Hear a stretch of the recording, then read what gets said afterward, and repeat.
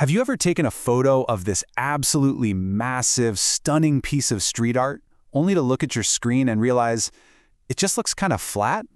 Well, let's dive into this explainer and break down a mini masterclass on how to fix exactly that.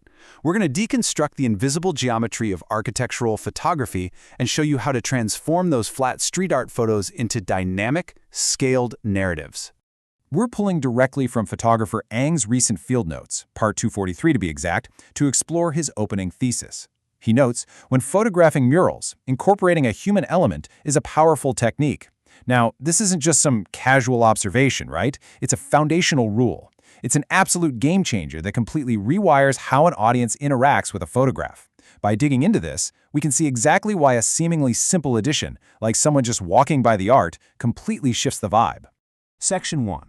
Anchoring mural photography. Let's start by looking at exactly why adding a person into the frame completely shifts our visual experience.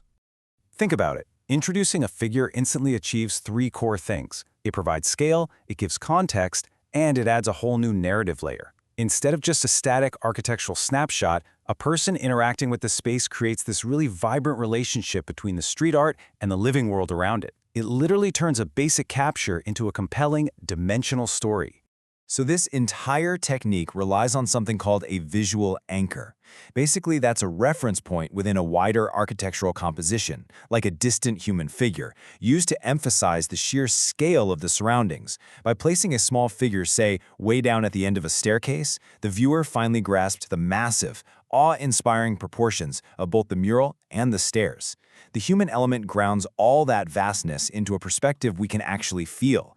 Moving right along to Section 2, Deconstructing the Shot. Now, what's really interesting here is how the underlying invisible geometry of a space guides our eyes directly to that anchor. Notice how the diagonal lines of the staircase handrail on the left act as leading lines. Let your mind's eye trace those handrails for just a second.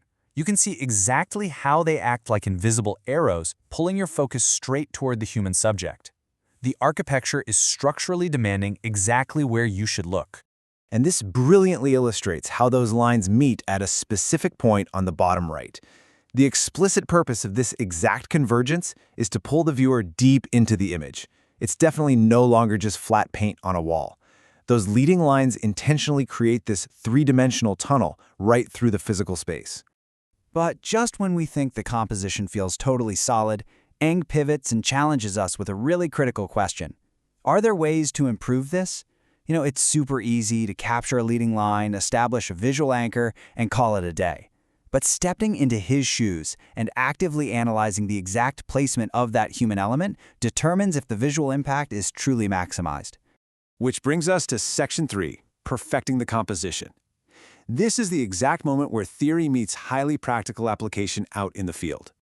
By contrasting the current state with a proposed improvement, we learn a massive lesson in visual weight. Instead of leaving the figure position way off at a distance at the end of the staircase, waiting for that person to climb the stairs, closer to the bottom right creates a dramatically more effective anchor point. Bringing the subject closer to that convergence structurally strengthens the whole geometry of the photograph. It makes the anchor undeniable. And it all boils down to this core philosophy. Patience completes the geometry. Mastering photography isn't just about spotting the leading lines and the cool murals. It's about having the patience to wait for that human element to step perfectly into your frame. Without that perfectly timed presence right near the convergence point, the shot simply won't reach its full potential. So remember the fundamental rules. Look for the scale, find the leading lines of the architecture, understand your converging points, and most importantly, have the patience to let the human element complete your visual narrative. I want to leave you with this thought to ponder the next time you're out exploring your city with a camera in hand. Next time you frame a shot, where will you place your visual anchor to reveal the true scale of the story?